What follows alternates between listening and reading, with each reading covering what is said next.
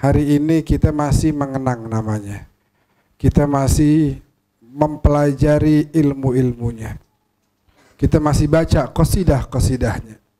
Di antaranya qasidah beliau, Ya Rabba Makkah wassafa bi Muhammadin ighfir lana ya sami'an li du'ana. Dan qasidah-qasidah yang lainnya, wiridnya juga wirid Syekh Abi Bakar bin Salim dan yang lain-lain yang sangat bermanfaat. Bisa dibayangkan orangnya udah nggak ada 450 tahun, tapi kayak masih ada ilmunya, kita masih dapetin, ajarannya kita masih terima. Ini orang kayak masih ada. Al-alimu ma baqiya dahru. Orang yang berilmu itu kekal selama masih ada, selama masih ada dunia ini, maka orang berilmu itu seakan-akan dia masih ada. Jadi satu kemuliaan yang bisa kita terima, orangnya di Hadramut, meninggalnya di Hadramut, kuburannya di Hadramut. Alhamdulillah, negeri kita Indonesia berkah bisa ikut mengadakan peringatan haulnya. Bahkan hadir banyak nih. Itu di belakang ada Agus dari Lampung, pengurus Majelis Rasulullah Lampung. Pernah ngundang ana ceramah di Lampung.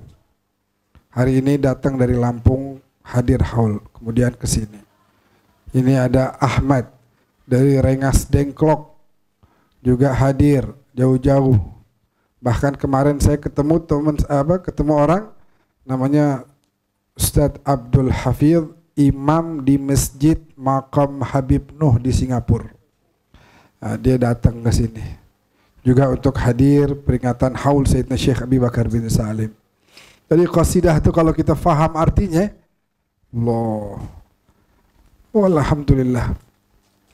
Ya Maula Inat, khatirak ma'ana, salabat Laila. Di sini digambarkan tentang orang yang mencintai dengan orang yang dicintai. Pakai bahasanya Majnun wa Laila, Qais wa Laila. Karena memang kisah tentang cinta mereka ini begitu luar biasa. Salabat Laila minniyal aqla. Laila telah mengambil akalku. Akalku udah hilang. Aku udah gak punya akal lagi. Ah ya Laila irhamil qatla. Kita minta di sini, ya wahai Laila, sayangi kita. Kita udah pada mati nih, cinta mati istilahnya. Panjang di sini. Qultu lil bawab hal tara wasla. Jadi Laila seakan-akan ada yang jagain gitu. Terus kita minta tolong untuk bisa ketemu. Apa kata yang jaga? Qala li ya sah. Kamu yang selalu teriak mengungkapkan cinta kepada Laila, kamu mau bisa mendapatkan Laila? Mau. Mahruhal arwah. Maharnya serahin roh kamu, arwah kamu. Gak gampang. Ini kisah tentang pecinta dengan yang dicinta. Tentu Sayyidina Syekh Bakar bin Salim sini bukan bermaksudkan di sini kepada Laila, kepada seorang wanita, tidak. Tapi hanya bahasa aja. Cinta seseorang kepada baginda Nabi, kalau dia betul-betul sungguh-sungguh, kalau dia sadiqin fil mahabbah, ya, maka harus benar-benar siap mengorbankan apapun termasuk arwah. Ayyuhal asyik, wahai kamu yang mengatakan cinta. In takun sadiq, kalau kamu benar cinta, lisiwa farik, selain kepadanya tinggalkan. Kamu ngaku cinta kepada Laila, tinggalkan dong yang lain. Tinggalkan dong perempuan-perempuan yang lain. Nah begitu maksudnya, kalau kamu ngaku cinta, bilang saya pecinta, teriak-teriak saya cinta sama Nabi, tinggalin dong ajakan hawa nafsumu. Tinggalin dong ajakan syaitan dan iblis yang mengarahkan kepada keburukan. Lisiwa farik, tinggalkan. Waghnamil wasla, nanti kamu akan dapat tuh, nyambung sama Laila, sama yang kamu cinta. Sayyidina Syekh Abi Bakar bin Salim, kalau kita mau di sini Ini Habib Bagir nih yang pojok, keturunan Sayyidina Syekh Abu Bakar bin Salim dari ibunya. Ibunya Al-Muhdar. Al-Muhdar itu juga keturunan daripada Syekh Abu Bakar bin Salim. Beliau seorang, ya kita lihat aja deh, 450 tahun udah meninggal tapi orang masih mengenangnya. Berarti ini orang spesial. Ini orang adalah disebutkan katanya selama 40 tahun dari mulai beliau masuk ke makam ma'rifah haqiqah, nggak pernah duduk kayak begini nih, apa namanya nih, bersila begini. Selalu duduknya kayak model tahiyat. Selalu begitu, nggak pernah selain begitu. Akhirnya ditanya, Syekh, khalas, udah tua, capek. Duduk begitu kan capek lama-lama. Beliau bilang, hadhihi jalsatul abad 'inda rabbih. Beginilah seorang budak seharusnya duduk di hadapan tuannya. Begitu. Nah, kemarin lagi baca sama Habib Abu Bakar di kitab Bahjatun Nufus wal Ahdaq. Baru kemarin hari Jumat, kebetulan saya disuruh baca. Kemudian ada satu paragraf yang menarik. Sama omongannya Syekh Abu Bakar bin Salim barusan nyambung. Apa? Radhiyallahu ankum. فالعبد الكامل هو من يسكن في دار سيده ويأكل ويشرب ويلبس ويتمتع بمال سيده في الدنيا والآخرة ولا يرى له معه ملكا لشيء من الأمور والأحوال الظاهرة أو الباطنة فسواء أعطاه الوجود أو سلبه منه فهو عنده على حد سواء ذلك فضل الله يؤتيه من يشاء والله ذو الفضل العظيم.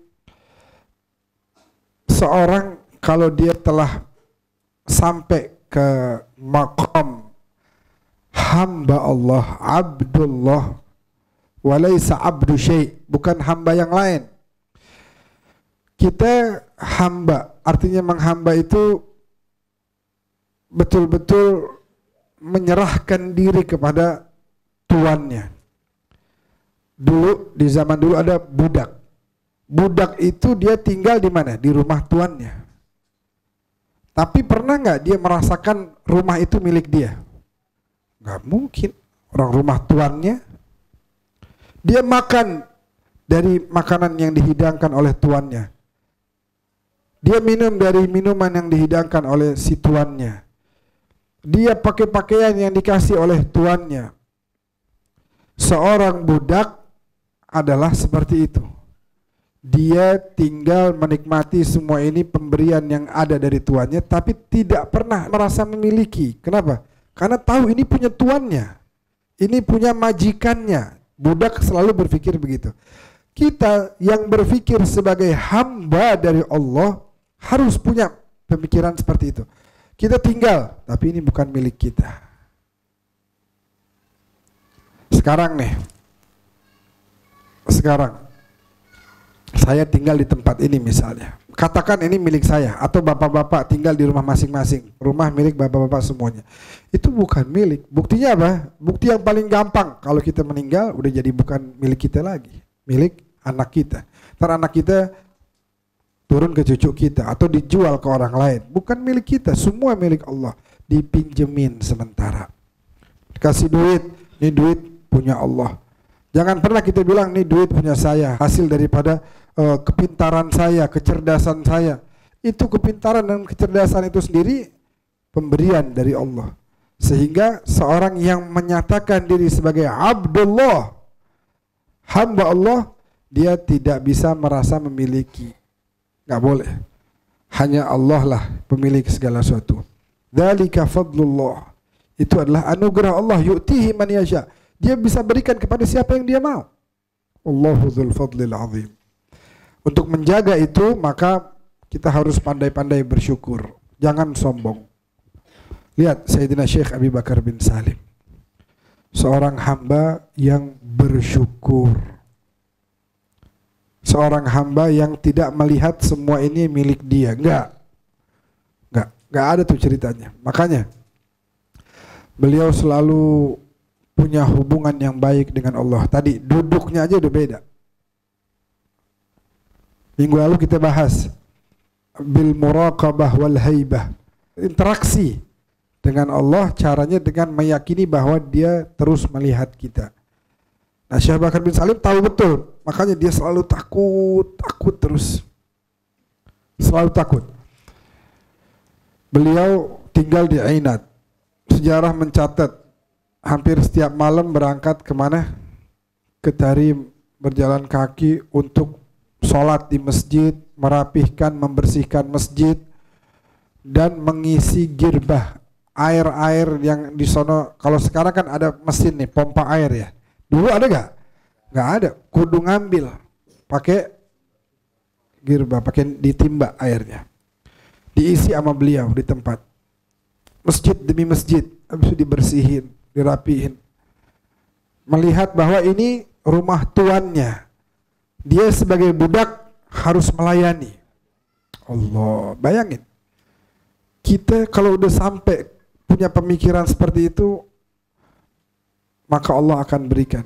Apa kata Allah? Innal arda yarithuha ibadiyas salihun. Sesungguhnya bumi ini yang membentang begitu luas akan aku warisi akan aku berikan kepada hamba-hambaku yang soleh.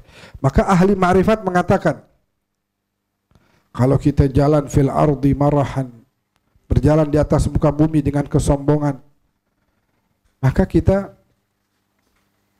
kata bumi seakan-akan mengutuk kita. Kamu ngapain jalan di atas saya? Saya ini milik hamba-hamba Allah yang soleh. Ngapain kamu di sini? Kita dikutuk sama bumi. Jadi kalau kita punya sifat yang seperti Sayyidina Syekh Abu Bakar bin Salim miliki, meyakini bahwa semua adalah milik Allah, maka Allah akan memberikan. Bumi ini akan diwarisi oleh orang-orang seperti beliau. Sebagai bukti, beliau itu menjamu tamunya luar biasa. Nah, itu terkenal keturunan Syekh Abu Bakar bin Salim sampai hari ini. Bangsa bin Syekh Abu Bakar, bangsa Al-Hamid, bangsa Al-Muhdar, Al-Haddar bin Jindan, Buftem, dan lain-lain terkenal sebagai orang-orang yang luar biasa dalam menjamu tamu. Ternyata ini adalah turunan dari sifat kakeknya itu Syekh Bakar bin Salim, yang sejarah mencatat dapurnya aja ada 3 dapurnya. Punya dapur 3, dapur buat keluarganya, dapur buat tamu-tamunya, dapur buat fakir miskin. Itu kita pernah baca tuh di manaqibnya beliau, sehari 800 roti dibikin. Bukan roti tawar kayak kita punya segini. Orang Arab rotinya gede-gede. Ini nih rotinya tuh, bulat bentuknya. Bulat, nanti ditaruh di pemanas, taruh sampai matang, jadi roti dimakan. Makan satu aja tuh udah tebel rotinya, udah kenyang banget. Sehari 800 roti dibikin. Buat keluarga, buat tamu yang datang, dan buat fakir miskin. Tiap hari. Bukan jarang-jarang, tiap hari. Kita kedatangan tamu tiap hari 10 aja mungkin udah pusing kita. Nah, kapan baliknya nih orang? Dia lagi. Ini Syekh Bakar bin Salim mewarisi sifat datuknya Sayyidina Hasan di Madinah. Ada ungkapan dikenal sebagai Madhafatul Imamil Hasan, jamuan Imam Hasan, cucu pertama Rasulullah. Itu di Madinah terkenal, jamuan Imam Hasan. Rumahnya udah kayak restoran tapi gratis, nggak ada bayar. Orang datang makan. Makanya memberi makan orang tuh satu hal yang sangat besar nilainya di sisi Allah. Mungkin antum pernah dengar cerita di Riyadhus Shalihin, hanya memberi minum. Ya, seorang pelacur, kita semua pernah dengar kisahnya. Ini kisah ada di Riyadhus Shalihin. Seorang pelacur ngasih minum. Dia waktu itu ngelihat anjing nih kehausan, capek, letih, lemes kondisinya. Dia yang habis melacur Dia pergi ngambil air di tempat orang Yahudi. Kata orang Yahudi, kamu kok ngambil air nggak pakai izin saya? Kamu harus bayar. Oh ya baik. Dia keluarin tuh duit yang habis dia terima dari perbuatan haram. Nih duit. Dikasih. Katanya 3 kali dikasih, setiap sekali itu 7 kali diminum oleh si anjing sampai air itu selesai, merasa cukup. Bisa dibayangkan, anjing, a'azzakumullah wa syarrafal majlis, semoga Allah muliakan kita, hewan yang najis. Perempuan ini pekerjaannya, mohon maaf, pekerjaan yang najis. Uangnya dari uang yang hasil najis. Ngasih minum dan ngasih minumnya ke anjing bisa bikin dia menjadi ahli sorga. Gimana kalau ngasih makan kepada kaum muslimin? Gimana kalau ngasih makan kepada orang-orang yang salehin, salehat?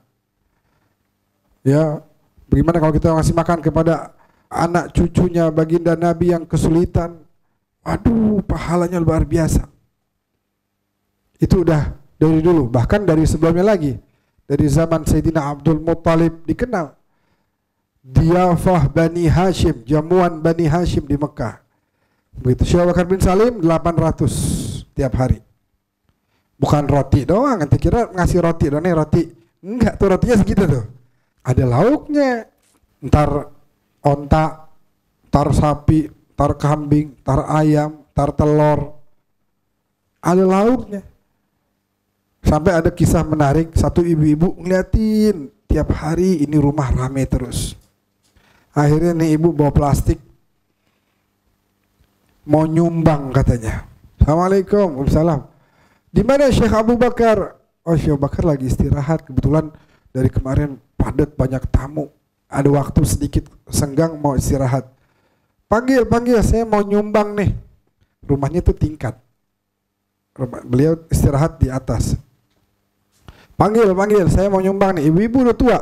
Saya mau ketemu, saya mau kasih sumbangan buat beliau. Dilihat sama ajudannya. Ya elah, timbang segini doang sumbangan. Pakai mau ketemu Syekh Abu Bakar. Udah sini biar saya yang terima. Ntar saya kasihin ke. Enggak, saya nggak mau. Saya mau ketemu sama Syekh Abu Bakar. Ya repot nih. Bagaimana banguninnya? Subhanallah, Syekh Abu Bakar bin Salim rupanya dengar turun. Ada suara langkah kakinya sampai ke bawah. Si ibu bilang, Assalamualaikum. Waalaikumsalam. Sehat bu, apa kabar? Gimana? Tuh nih, waduh senang banget nih kedatangan ibu. Iya nih, Syekh Abu Bakar saya bawa ini nih, saya mau ikut nyumbang nih. Sumbangannya kecil. Mungkin tepung berapa gram. Sama ada mentega waktu itu, ada mentega buat masak. Udah, kecil. Tapi Syekh Abu Bakar menghargai luar biasa. Masya Allah, waduh makasih banyak nih. Ini bisa kita gabungin nih, waduh jadi tambah banyak nih gara-gara antum ngasih nih. Enak gak digituin? Enak. Kalau kita ngasih boro-boro dihargain tapi malah ya kita ngasih baju nih. Ini ada baju buat antum. Jelek banget sih begini. Yang begini lo kasih gua. Gimana tuh kita? Bakal mau ngasih lagi gak? Enggak. Makanya itu juga Allah dalam hadis qudsi mengatakan, ya bna Adam fa in radita bima qasamtuhu lak. Kalau kamu, wahai anak Adam, kalau kamu senang menghargai ridho atas apa yang aku berikan kepadamu, arahtu qalbaka wa badanaka, aku akan memberikan kenyamanan dalam hatimu dan badanmu dan engkau terpuji di hadapanku. Tapi kalau aku kasih kamu nggak hargai. Contoh nih, sekarang alhamdulillah di sini masing-masing ada rezekinya masing-masing.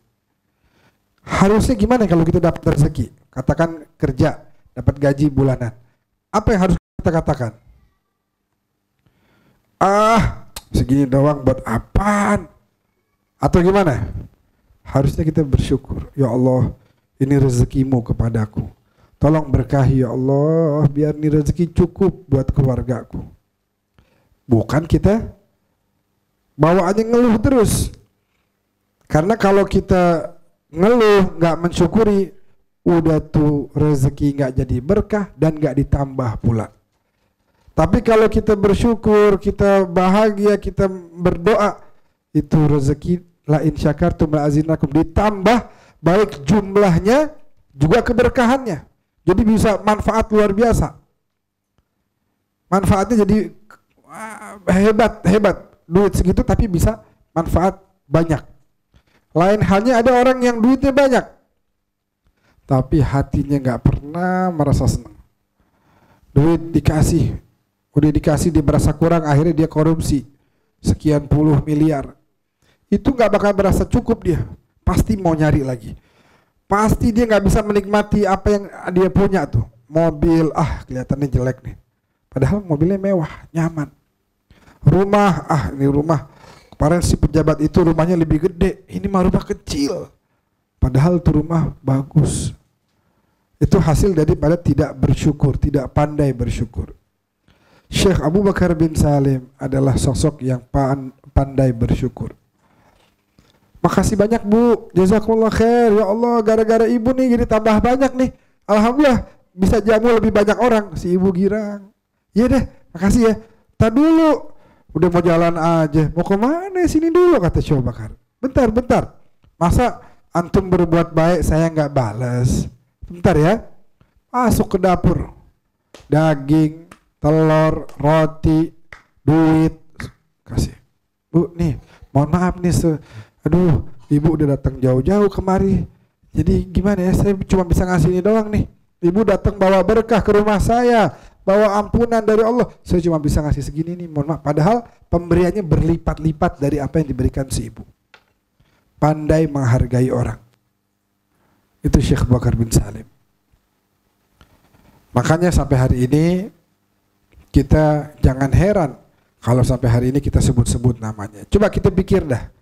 Ini semua kita kullu nafsin dha'iqatul maut. Semua kita bakal meninggal. Kira-kira 30 tahun habis kita meninggal, teman-teman kita masih ingat gak? Kira-kira orang yang akan hidup generasi setelah kita nih, ya, ini saya nih, meninggal. Husnul punya anak. Kira-kira anaknya Husnul nanti ingat saya apa enggak? Enggak. Kalau kita masih begini-begini aja. Tapi kalau kita ngikut rombongan orang-orang, tuh orang-orang soleh udah pada jauh di depan tuh. Yuk, kejar. Gimana cara ngejarnya? Cara ngejarnya tadi ikutin jalannya sampai nanti ke situ. Kalau enggak ngikutin, ya enggak bakal sampai. Qawafilus salihin, kafilah-kafilahnya orang-orang soleh udah jauh di depan, mendekati kafilahnya Nabi, mendekati kafilahnya keluarga dan para sahabat Nabi. Nah, kita masih di mana posisi kita? Ayo dong, bergerak. Memperingati Sayyidina Syekh Abu Bakar bin Salim bukan dengan sekedar peringati, datang, duduk, nangis, ketemu ini, ketemu itu, makan ini, makan itu, silaturahmi, habis itu pulang, baca Quran gak nambah. Akhlak gak diperbaiki. Sholat gak tambah khusyuk. Ini kira-kira buat apa dia hadir haul Syekh Abu Bakar bin Salim? Enggak, itu bukan itu yang dimauai oleh orang-orang soleh. Oke, udah hadir, Masya Allah, udah dengar sejarah, udah dengar apa yang saya kerjakan selama hidup saya, udah dengar gimana letihnya saya dalam menjalankan hidup, ibadah, bantu orang, pagi, siang, sore, malam, udah dengar. Terus apa sekarang yang mau antum lakukan? Terus apa sekarang yang mau antum kerjakan? Itu yang beliau lagi pengen tanya sebenarnya. Alhamdulillah Beb, ana hadir haul di sono, hadir acara sono, hadir acara sini. Tapi kalau misalnya isinya tidak dapat kita resapi, kita ambil, kita tanamkan, kita praktekkan, ya namanya kita lari di tempat, keringetan di tempat, nggak maju-maju. Lari di tempat aja. Orang kan lari kan maju. Ini nggak lari di tempat. Keringetan, capek, tapi di situ-situ aja. Bakal apaan? No, kejar no di sono. Lari ke situ. Bukan di sini aja. Biar kita makin dekat, makin kecium dah tuh. Oh, ini bau surga ternyata begini ya. Wah, waduh, tuh cahayanya indah benar. Ya Allah, itu semua akan mulai terasa. Kalau udah tambah kerasa, akan terasa sangat indah hidup kita.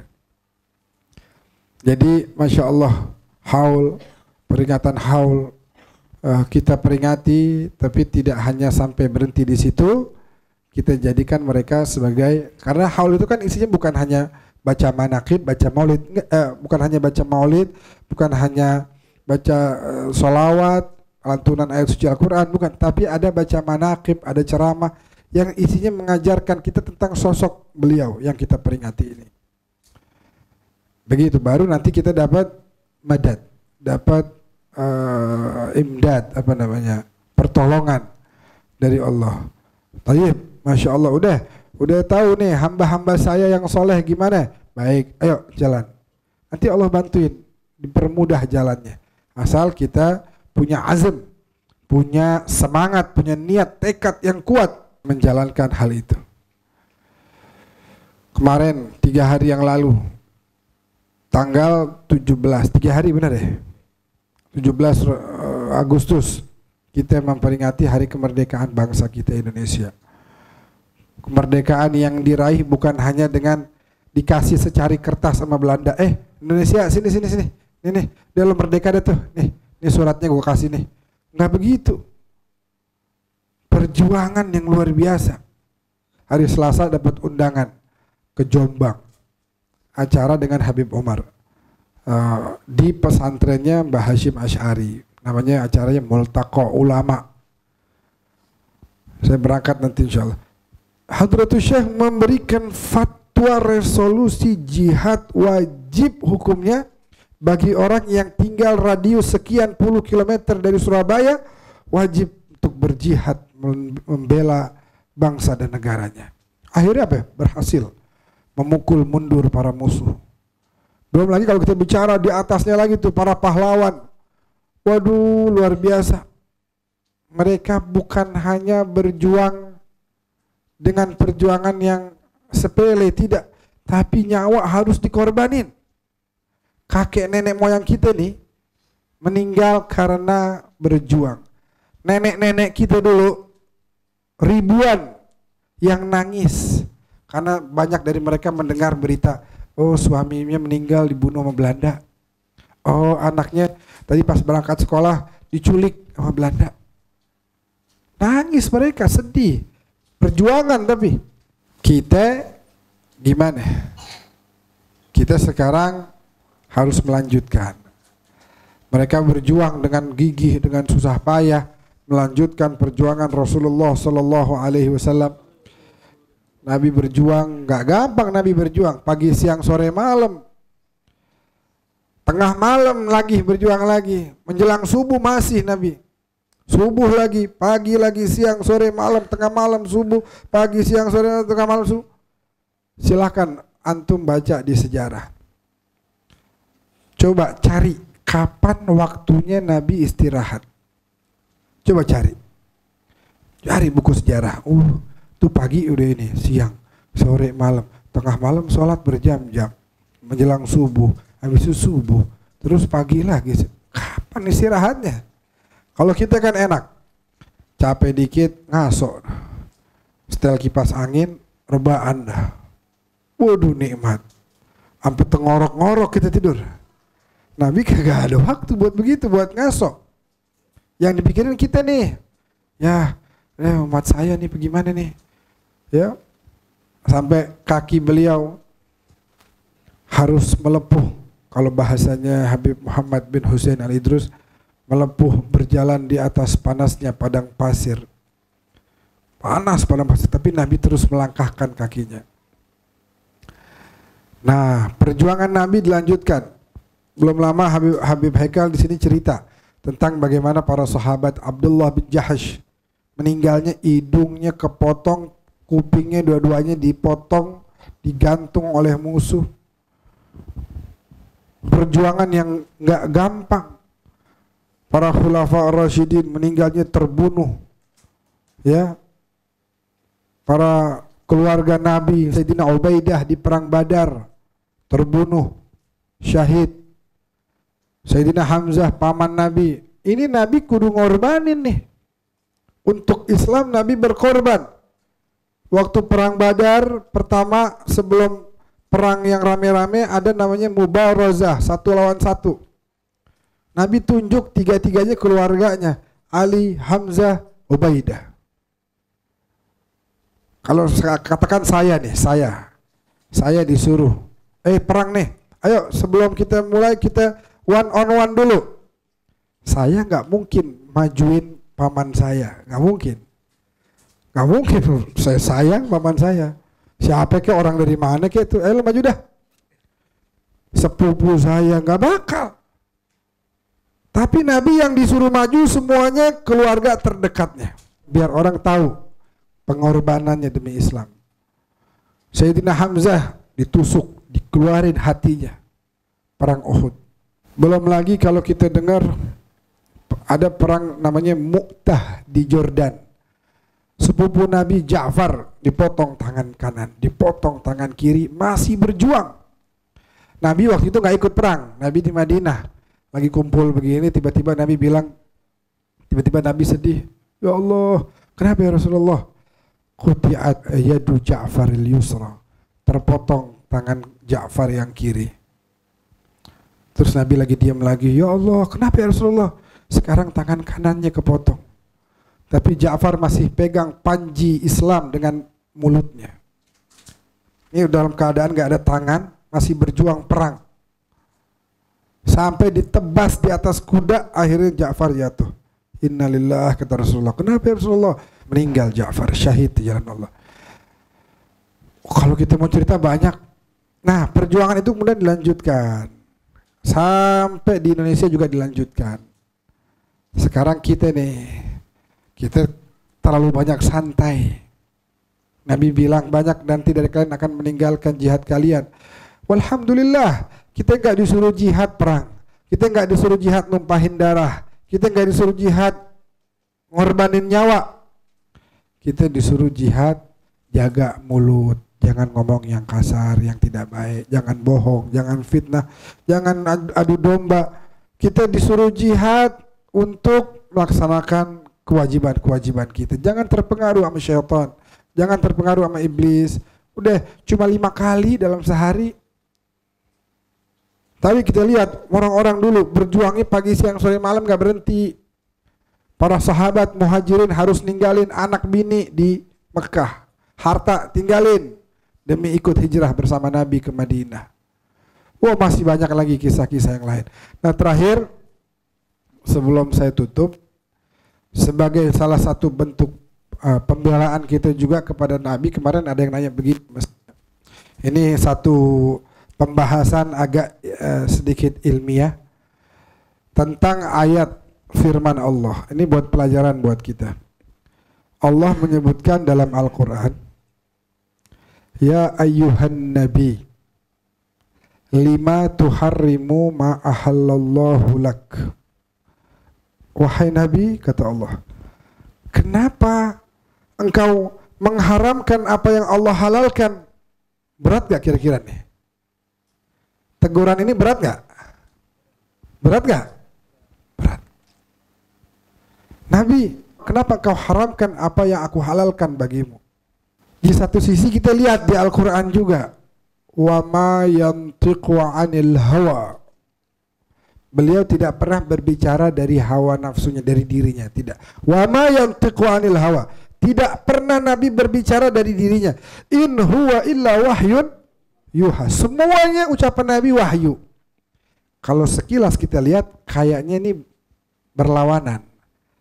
Nabi kalau ngomong wahyu, tapi Nabi ngomong mengharamkan sesuatu yang dihalalkan, ditegur sama Allah. Bukannya itu omongan wahyu, ya kan? Kalau itu omongan wahyu, kenapa Allah harus tegur Nabi? Nah, jadi kita harus bela Nabi kita. Oh, Nabi pernah bikin dosa. Oh, Nabi manusia biasa. Nggak ada itu. Tidak ada ceritanya Nabi punya kekurangan. Kalau Nabi punya kekurangan, maka nanti manusia nih umat ketika disidang sama Allah akan bisa bilang, ya Allah jangan kau salahin saya dong. Itu giliran Muhammad salah, kamu masukin surga. Saya salah, kenapa dihukum? Akan ada ucapan itu. Makanya Allah tidak mungkin persidangannya nanti bisa kita tuntut, nggak ada celah. Makanya kita harus seyakin-yakinnya bahwa Nabi tidak pernah salah. Lalu bagaimana kalau kita dapati tentang ayat-ayat yang seperti ini? Atau hadis-hadis juga ada. Gimana? Kalau hadis lalu bertentangan dengan Al-Quran, maka hadis ini harus ditakwilkan. Contoh, Nabi pernah ditanya sama satu orang sahabat yang bapaknya udah meninggal dalam keadaan masih belum beragama Islam. Gimana Nabi, bapakku? Oh, bapak kamu di neraka. Tuh sahabat sedih. Kata Nabi, nggak usah sedih. Abi wa abuka finnar. Bapak saya dan bapakmu di neraka. Nabi dalam hadisnya bilang begitu. Tapi di Al-Quran jelas, sharih, terang-terangan Allah katakan wa taqallubaka fis sajidin. Dan perpindahanmu wahai Nabi itu di orang-orang ahli sujud, dari mulai Adam, Hawa. Nanti juga Adam kita bahas nih, sedikit aja singkat. Adam katanya kan berbuat dosa tuh. Nggak boleh kita terima yang begitu. Anbiya maksumin, para nabi semuanya maksum, terjaga dari dosa, nggak pernah bikin salah. Harus ditakwil. Takwilnya juga berdasarkan ayat dan hadis, tidak sembarangan takwil. Jadi ketika ada ayat mengatakan bahwa nabi itu, beliau cahayanya itu dari mulai diciptakan pindah dari sulbinya ahli sujud ke rahim ahli sujud, pindah lagi ke sulbinya ahli sujud ke rahimnya ahli sujud, terus rahim ini punya anak, pindah lagi ke sulbinya, begitu terus. Dalam Maulid Tiba banyak, di Simtudoran dijelaskan bagaimana, dalam Maulid Al-Attas juga disebutkan bagaimana semua ayahnya Nabi, ibunya Nabi, semua sampai atas itu semua adalah orang-orang yang mulia, ahli sujud, ahli ibadah kepada Allah. Nah, gimana cara menakwilkannya? Nah, cara menakwilkannya banyak dalam sejarah itu atau dalam ilmu bahasa, kata-kata ab yustakhdam ka'annahu am walaysa walid. Ab tapi artinya itu paman. Kalau walid itu udah jelas bapak kandung.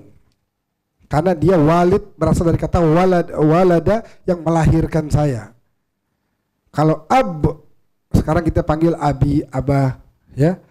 Itu asal katanya ab, itu bukan hanya berartikan bapak, bisa juga berartikan paman, tapi paman yang dari bapak, bukan paman dari ibu.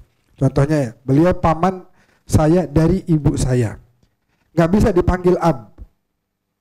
Tapi kalau paman dari bapak saya bisa panggil dia ab, abi, abah, boleh dalam segi ilmu bahasa boleh.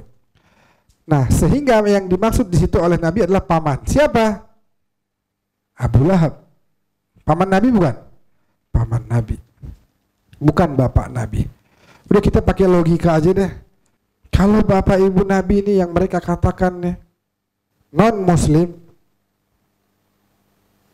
kira-kira dzabihahnya itu sah apa enggak? Sembelihannya sah apa enggak? Tidak sah. Makanannya halal apa haram?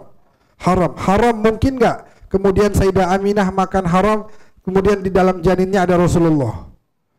Magul. Itu baru pakai akal. Belum kita baca data.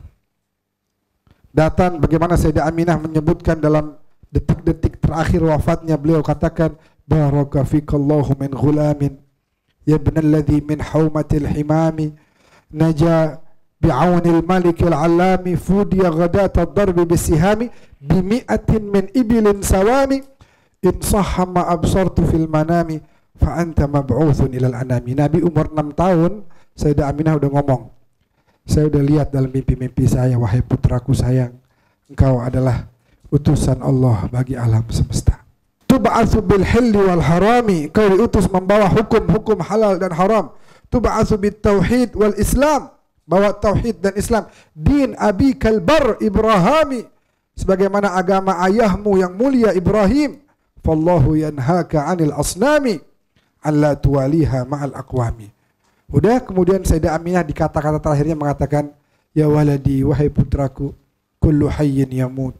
Semua yang hidup akan mati. Wa kullu jadidin bal wa kullu kabirin yafna wa ana mayyitun. Ini sebentar lagi saya jadi mayit. Tapi biar sejarah tahu, kata Sayyidah Aminah, wa dzikri baq.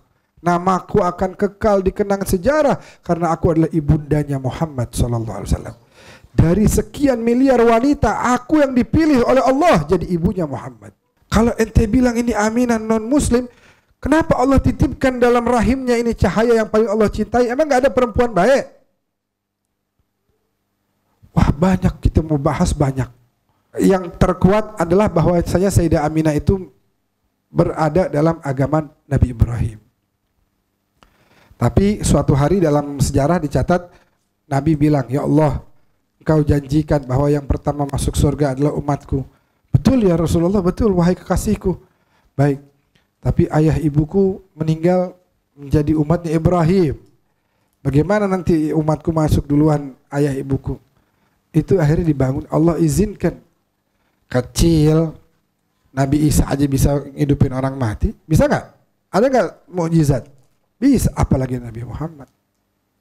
Dibangunin. Ishhad ya walidi, bersaksilah wahai ayahku. Ishhad an la ilaha illallah, bangun dari kubur. Ini ada sejarahnya, saya bukan asal ngomong, cerita dongeng gitu, bukan. Bisa kita buktikan dengan kitabnya. Ishhad an la ilaha illallah, bersaksilah bahwa tiada Tuhan selain Allah. Dan bahwa putramu ini Muhammad adalah Rasulullah. Habis gitu selesai, manggilnya bukan Muhammad lagi, bukan Walid, tapi Naam ya Rasulullah. Begitu juga ibundanya Sayyidah Aminah yang dikuburkan di Abwa. Ada nggak di sini? Ah, itu tuh. Assalamu alayki ya ummar Rasul. Salam atasmu wahai ibunya Nabi, ibunya Rasul.